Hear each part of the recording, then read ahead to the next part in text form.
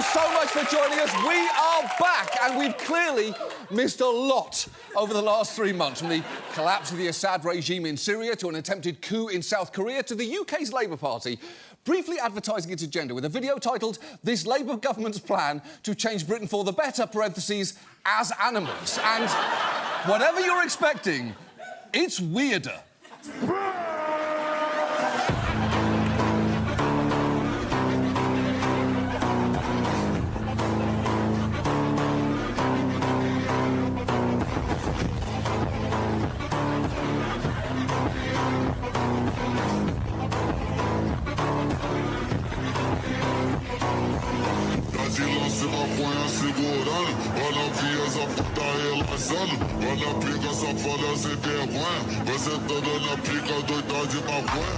OK, so a lot to love about that, from the objective horniness of some of their animal choices to AI that couldn't seem to decide whether the bunny nurse has human or rabbit arms. But it is notable that even with the option to use any animal in the history of animals, they still couldn't make public transportation sexy. Every other animal is either cool, hot, terrifying, or all three. But the advocate for public rail is a dumpy business badger in a suit that doesn't fit who, and I don't think I'm projecting here, seems like he's going to miss his train. They actually pulled that video within hours, in part because it turned out the song was an explicit Brazilian club banger featuring lyrics referencing smoking marijuana, sexual acts and sexist slurs. And I'm glad they took it down, not because of that, but because the question, what do you get when you combine Britain, accessible descriptions of dense government policy and animal mascots, has already been answered, and you are watching its Season 12 premiere right now. Get off my fucking corner! But that is not all that we missed. There were wildfires in LA, the first Super Bowl halftime show that was both a concert and a public execution. And Duolingo posted a death announcement for their owl mascot, following it up with a video of him being hit by a Cybertruck, exploding and floating through the sky, space and gates of hell. And I believe I speak for everyone when I say, "Que?" While I'm going to miss having that little green freak accompany my daily Spanish lessons, it sounds like there's now an opening for an education-focused owl. And friends, I have a humble yet horny suggestion. Teach me a lesson, you stern, feathery fire hydrant. Haz que mi léxico crezca, búho enorme. And finally, last month saw the German deer calling championship. And if you've never seen it in action, you have been missing out.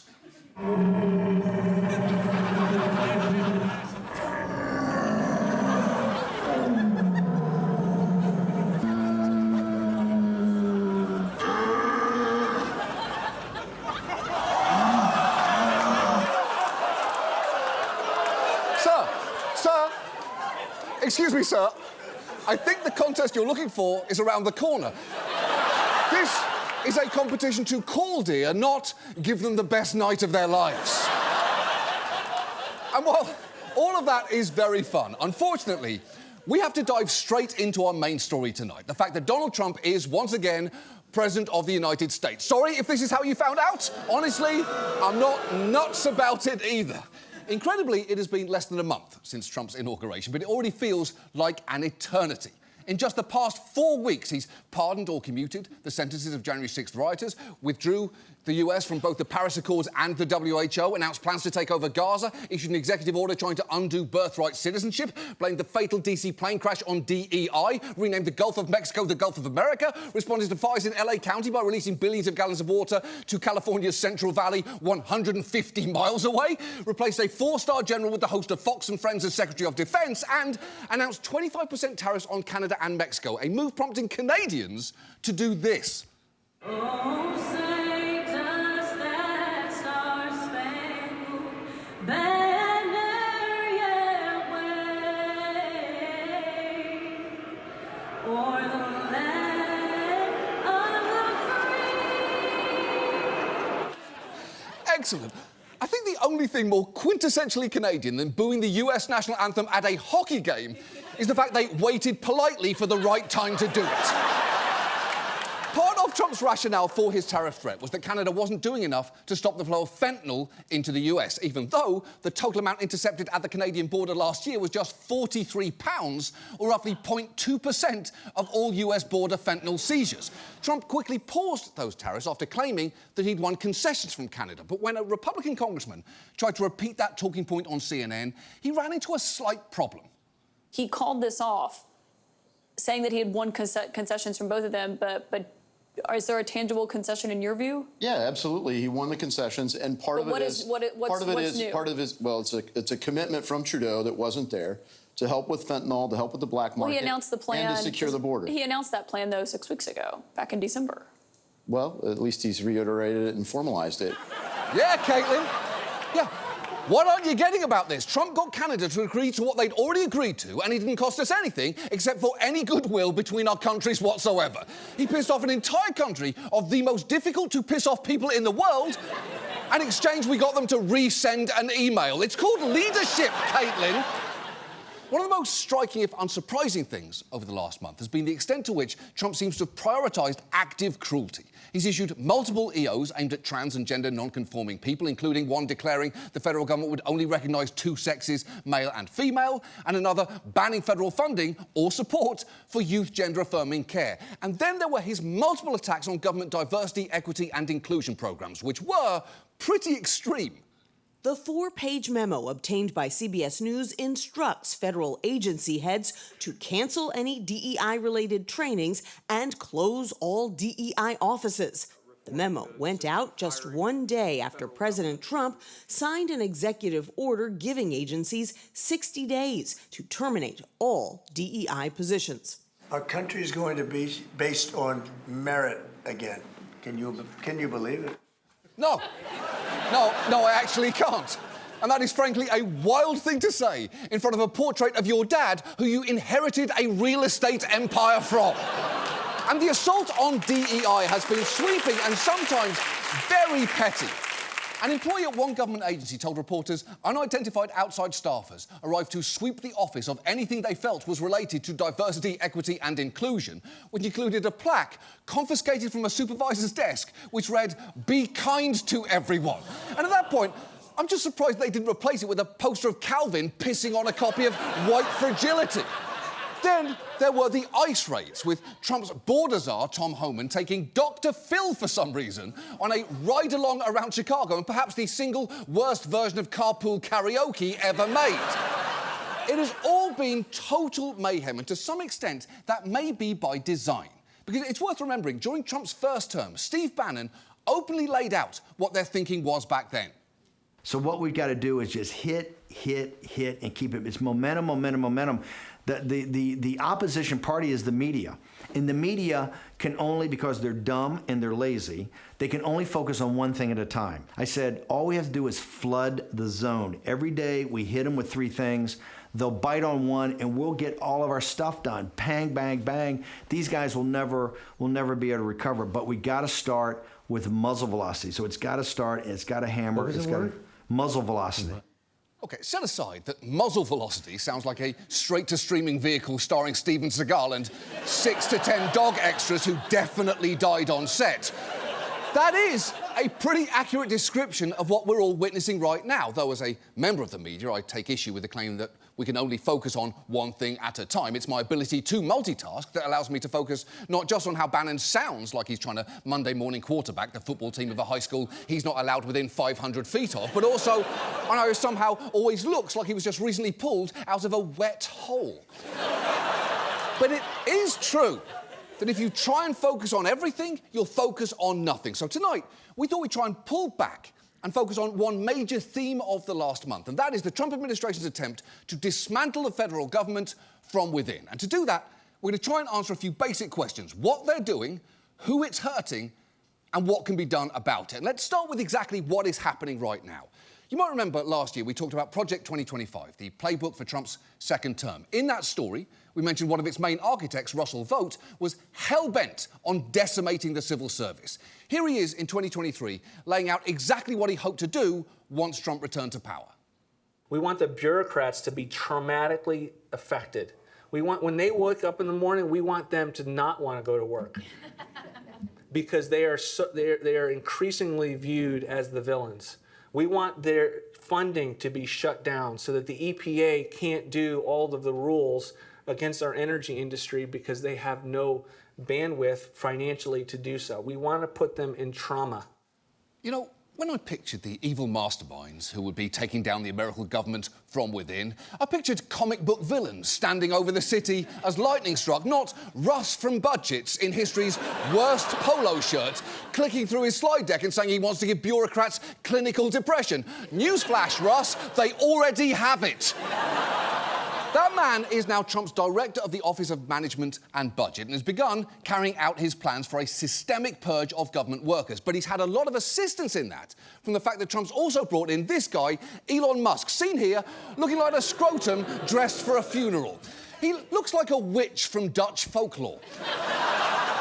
Musk's self-invented Department of Government Efficiency, or Doge, has been trying to eliminate federal workers, and sometimes in alarmingly blunt ways.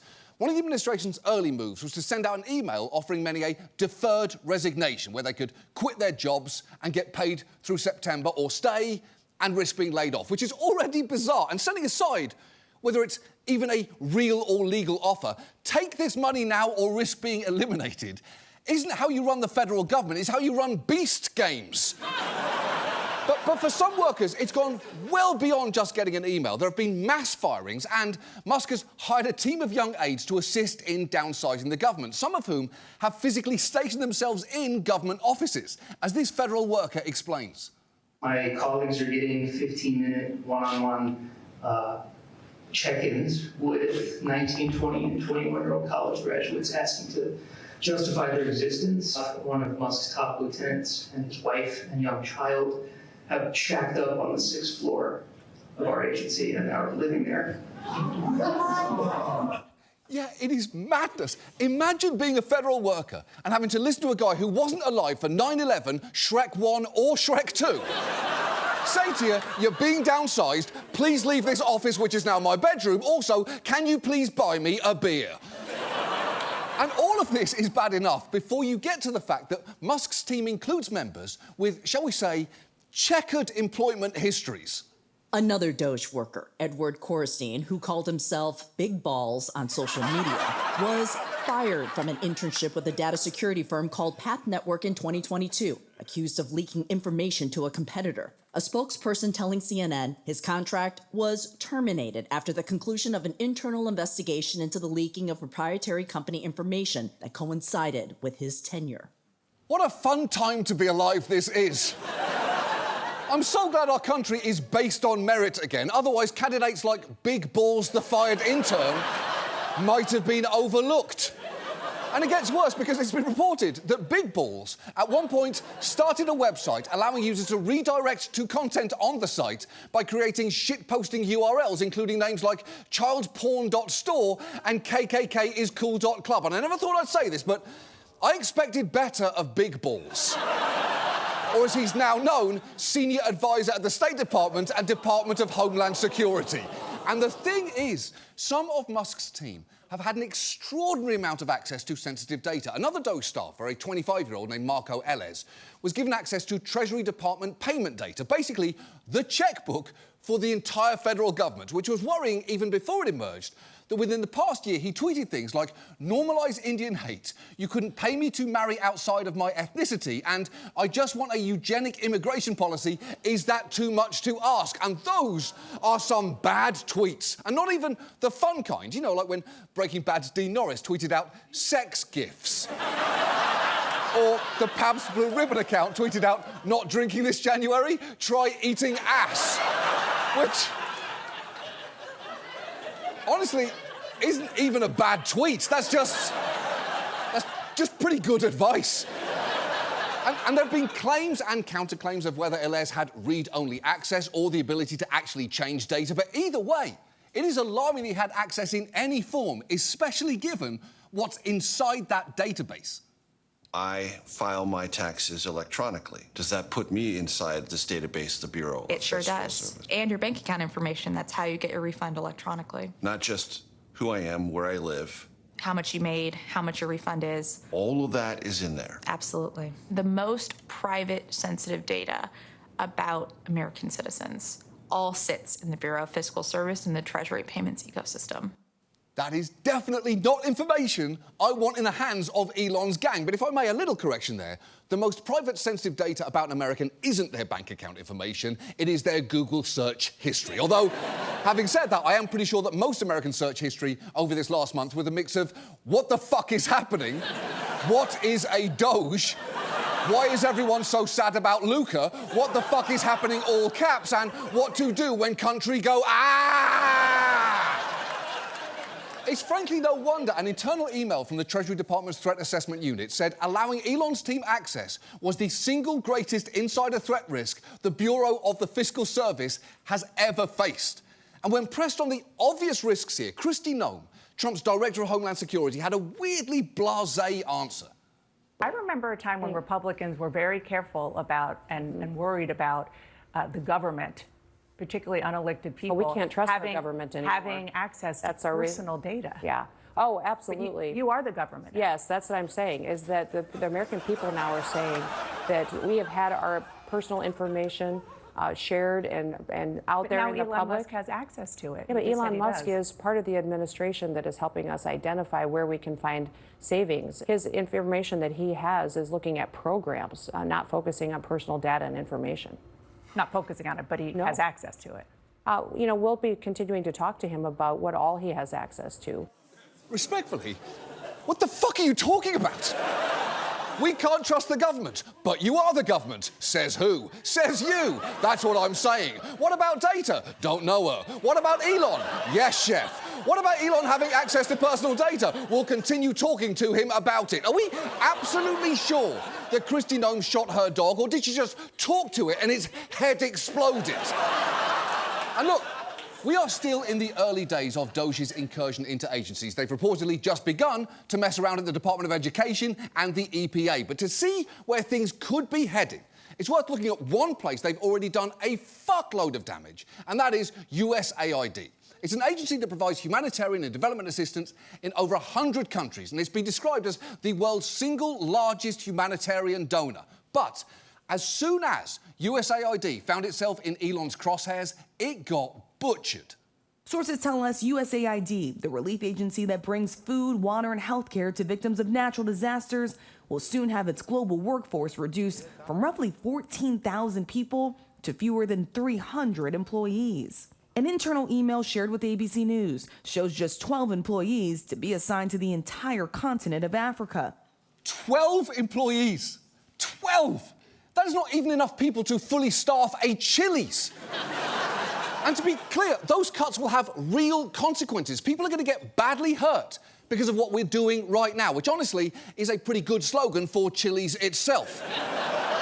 And look, you can think there's waste in the USAID budget. I'm sure that there is. And you can think a review is necessary. That is why most presidents undertake one. But this is different.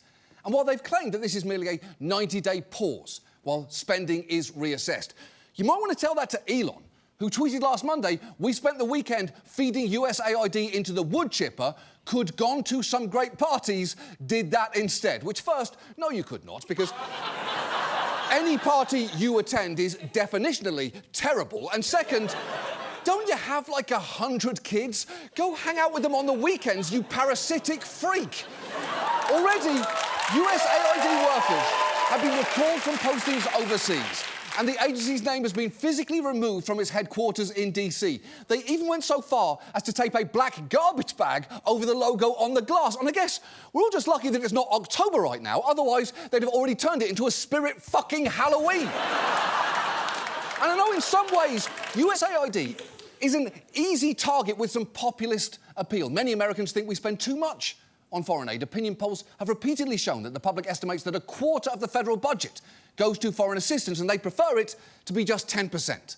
Although all that really shows is that Americans have no idea how much we spend on foreign aid, given that the actual share is less than 1% of the federal budget. And never has a poll shown such distance from reality since the one where 1 in 8 men genuinely thought that they could score a point of Serena Williams in tennis.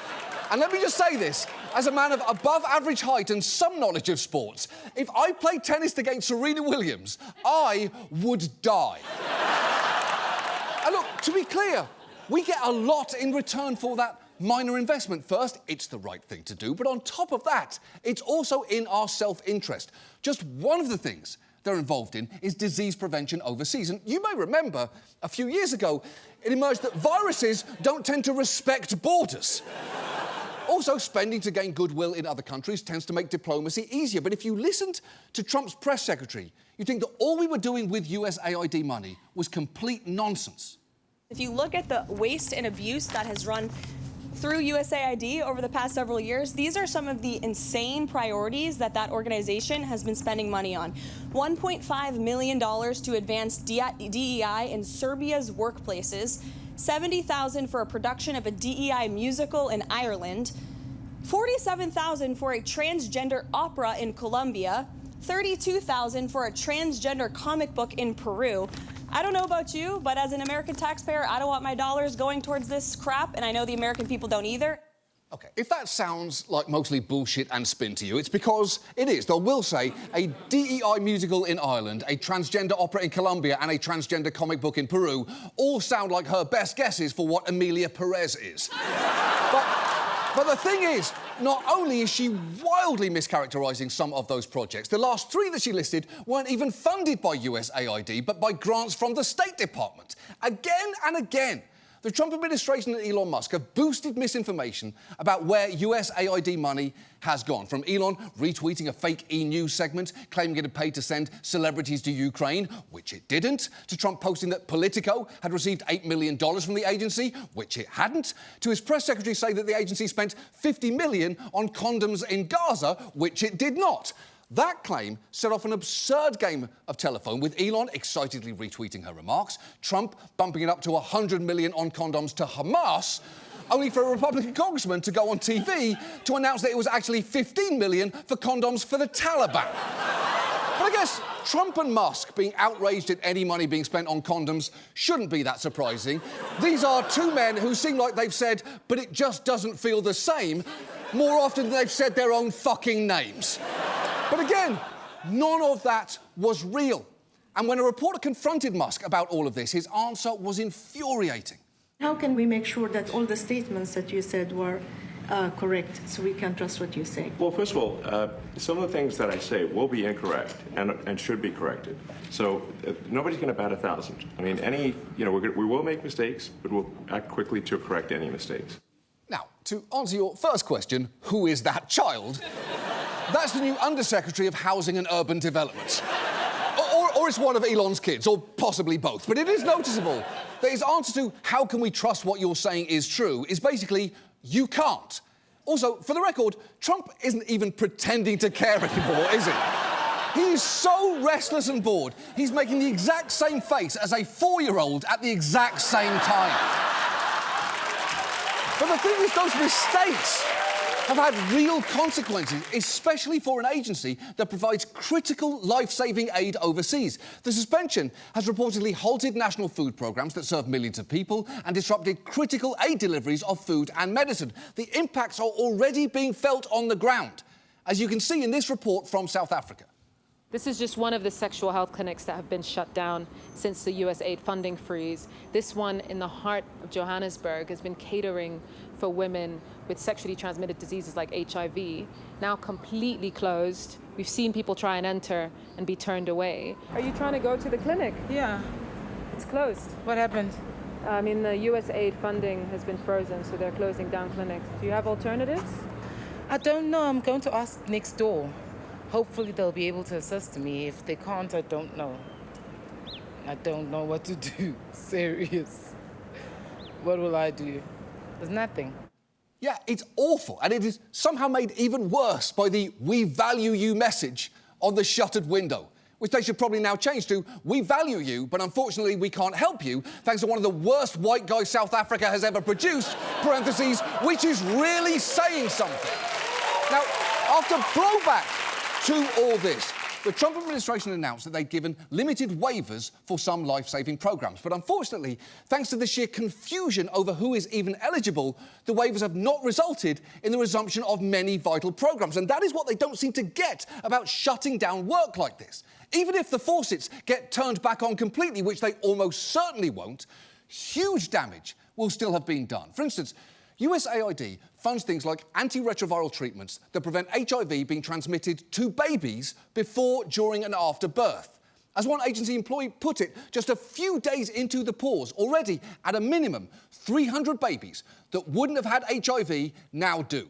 Which is terrible, especially given without treatment, up to 30% of HIV-infected children die by their first birthday. Another worker characterised this as the richest person in the world taking away from the poorest people in the world. People will die from this like thousands, if not hundreds of thousands. But don't worry, everyone. The person proudly feeding this agency into the wood chipper has admitted that he's not batting 1,000. So it's fine. He definitely gets it. And even as Elon and the White House run like a buzzsaw through multiple agencies, it is worth noting that Musk has an active interest in what does and doesn't get cut.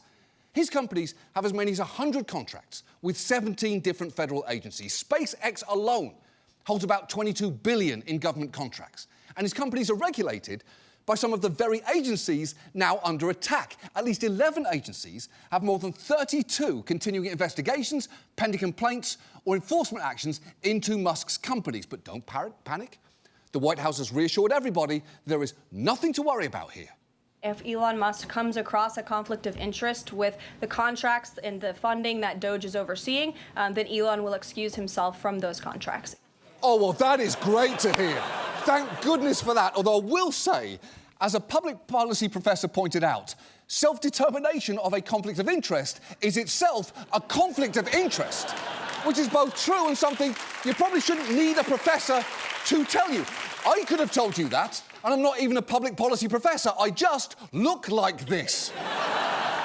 This all feels incredibly fast and head-spinningly corrupt. It is genuinely hard to summarise how overwhelming all of this feels. And honestly, the best encapsulation I've seen of this particular moment so far didn't come from an academic or a reporter. It came from this guy. We're in the middle of a hostile government takeover. I want to talk about it, but I'll be late for work. And if you're saying, wait a minute, who we have to stop this? We had one, but you didn't want the lady in office. Now that we're a part of a Nigerian prince scam, surprise, surprise, it ended up being a white man. Oh, I just want to know, what the hell do I do? Probably drink. Excellent. Absolutely excellent. Put this man and his pink Fabletic sweatshirt in every NBA arena in a 500-mile radius, because this should be the new national anthem. No Canadian in their right mind would be able to boo that. And I'm not alone in loving that song. There are already multiple remixes of it online, all of which are very good, and one of which is my favourite. We're in the middle of a hostile government takeover. I want to talk about it, but I'll be late for work. And if you say, wait a minute, who we have to stop this? We have one, but you didn't want that lady in office. I'm calling it now Song of the Summer. But in that excellent song, that guy actually addresses our final question tonight, namely, what the hell do we do? Is anyone going to stop this? And let's start with the people that you would naturally expect the least from, and that is congressional Republicans. Technically, what Trump is doing right now is usurping Congress's power of the purse, but they don't seem that upset about that. Mike Johnson has punted, saying if they are executive branch agencies, the executive branch is in charge of them. And others, like Senator John Kennedy, have actively cheered on Trump and Musk in the grossest possible way. Let me try to put all this in context for you. I like omelets. I mean, I really like omelets. I could eat an omelet at every meal.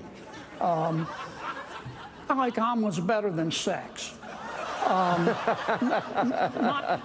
Not really, but you get the point. I like omelets. You can't make an omelet without breaking some eggs. OK, there's just so much to unpack there. First, we got that you liked omelettes when you said, I like omelettes. We also got it when you said, I really like omelettes, and were made even further aware of it when you said, I could eat an omelette at every meal. All three perfectly effective ways of conveying your weird affinity for hard egg soup. There was absolutely no reason, though, for you to bring up sex at all, Except for the fact that you clearly wanted to, and now I am very mad at you. Because I haven't had to think about you having sex since you famously said this during a Senate hearing. I can't wait to have your cock in my mouth. Oh, really? That's a lovely offer, but as we've already established, there's probably half a dozen eggs in there. How on earth is it going to fit? But to be fair, it is hardly surprising Republicans have been so quick to fall in line. Democrats, though, are supposed to be the opposition, and some, like AOC, have made it abundantly clear how unacceptable all of this is, and others have attempted to match her energy, even if that meant straying out of their comfort zone. We do have to... I don't swear in public very well, but we have to fuck Trump. Excuse me, we most certainly do not have to do that. I believe that law doesn't take effect until at least his third term. And I've got to say, there is something genuinely charming about a non-cursor deciding that this is the moment to start. It's a pretty moving distillation of where we are right now, that a reserved 52-year-old Oregonian is like, you know what? It's fuck time. But unfortunately, when it comes to congressional Democratic leaders, they've sometimes shown far too little stomach for the fight. In the early days of the Trump presidency, when a reporter asked Dick Durbin who'd be leading the charge against Trump, he replied, "I can't answer that. Give us a little time. This is brand new." But the thing is, it is definitionally not new. The presidency is not new. This man is not new. All of this was possible to prepare for. We've literally known there was going to be a 2024 election since 1789. But maybe the clip that sums up Democratic leadership the best right now is this. Representative Hakeem Jeffries citing New York Yankees outfielder Aaron Judge in arguing it's better to pick and choose their fights and focus on a clear message. One of the reasons that he's a great hitter is that he does not swing at every pitch. He waits for the right one, and then he swings. We're not going to swing at every pitch. We're going to swing at the ones that matter for the American people. OK, first and least importantly, are you sure you want that to be your example? A guy who hit 184 in the postseason as his team lost the World Series in 5 games because he played bad defense? Is that really the analogy that you want to use here? Don't be mad at us. We're just like a baseball player on the most hated team in America who absolutely shit the bed in the most high-stakes situation imaginable. But much more importantly, we're going to swing at the ones that matter for the American people. Who is that exactly? Is it trans people getting denied healthcare and bullied out of public existence? Is it immigrant families being terrorised by ICE, or thousands of civil servants being harassed out of their jobs? Please, just let us know who you think is worth swinging for, because it looks to me like you are striking out looking right now. And look, if you have a representative who's dragging their feet, I do think calling to yell at them has some value at the very least. It shows them that their inaction isn't going unnoticed, and if Democrats continue not to react, we should be primarying the shit out of them, and groundwork for doing that actually needs to be laid pretty soon. But so far, the best backstops for all this have been outside of the legislative branch. In some cases, Democratic state AGs have banded together to file lawsuits, and courts have stopped or slowed some of Trump's most damaging moves, with even judges appointed by Trump pushing back. Just this week, the DOJ announced plans to drop their case against New York Mayor Eric Adams, saying if charges were dismissed, he'd be better able to help with immigration enforcement. They denied it was a quid pro quo, despite it doing a pretty good impression of one. But multiple federal prosecutors flat out refused to go along with it. Several even quit in protest, with one writing a letter saying, "I expect you will eventually find someone who will be enough of a fool or enough of a coward to file your motion, but it was never going to be me. Please consider this my resignation." And while he didn't technically write the word bitch at the end of that letter, I would be amazed if Clippy didn't pop up to suggest to him that he do it. And that's not the only moment of courage that we have seen. A doctor here in New York told his patients, "I'm willing to go to jail to continue to provide your gender-affirming care." And in many cities, groups like these, fighting for immigrants, have coordinated responses to ICE raids. In fact, remember Trump's border czar Tom Homan taking Dr. Phil and a bunch of cameras out on raids? In Chicago, which he'd said would be ground zero for their mass deportation plans. Those raids were less successful than he wanted them to be, and he was pretty open about why. I mean, sanctuary cities are making it very difficult to arrest the criminals. For instance, Chicago, very well educated. They've been educated how to defy ICE, how to hide from ICE. And I've seen many pamphlets from many NGOs. Here's how you escape ICE from arresting you. Here's what you need to do. They call it know your rights. I call it how to escape arrest. There's a warrant for your arrest, and they tell you how to hide from ICE. No, don't open your door. Don't answer questions. Right. And that is good advice. Also, if you're relying on people not knowing their rights in order to do your job, it seems like you might be part of the problem here. And all else aside, I fully get why people are not letting you in particular into their home. You're a thumb-headed weirdo with terrible vibes. You look and sound like J.K. Simmons choking on a marble, and I am rooting for the marble. Look, the next 4 years are going to feel incredibly shitty. The potential for pain is devastating, as is the sheer amount of it that's already been doled out. We're seeing wealthy, powerful men use the levers of government for their personal advantage as well as their personal grievances. And we're being governed by people who think good public policy consists of cut off funding to anyone who isn't me, make it illegal to mention people who are different from me, and fuck it, let's steal Canada while we're at it. Meanwhile, many of those that we've elected to fight back seem to be resting on their heels, waiting for their pitch. This is all bonkers, terrifying, and darkly absurd. It is worse than we thought, and we thought about it a lot. To put it mildly, things aren't looking great right now. But defeat is a self-fulfilling prophecy. As much as we roll our eyes at some of the resistance in Trump's first term, some of which was very annoying, some of which I am annoyed by too, please tell your aunt to stop saying it. But some of that energy did make a real difference. Remember those early protests at the airports over Trump's proposed travel ban? A former prosecutor recently wrote about how seeing those protests helped others like him who were fighting within the DOJ to rescind or limit the order, saying public outrage gave us courage and the knowledge that we were, in fact, working in the public interest, and advocacy on the outside made advocacy on the inside possible. So for all those federal workers going through it right now, support and solidarity really matter. The point is, now is absolutely not the time to be looking away and saying, this is what you fuckers voted for, and turning your backs, especially when there are many good people doing important work out there who you can both join and support. What's ahead of us is going to be exhausting. And to get through this, we're going to have to find a balance between acknowledging the hell of what is going on and finding the joy that can sustain us. And sometimes, if we are lucky, finding both in the exact same place, in the form of the single catchiest song ever written. We're in the middle of a hostile government takeover. I mean, we are. He's just straight up right. And now, this. And now, once again, some better names for the dogs from this year's Westminster Dog Show. Roadhouse. Shrimps. The Perv. Steven. Chilaquiles. Burp. The Dreamer Who Lives Inside the Dream. Sabrina Carpenter.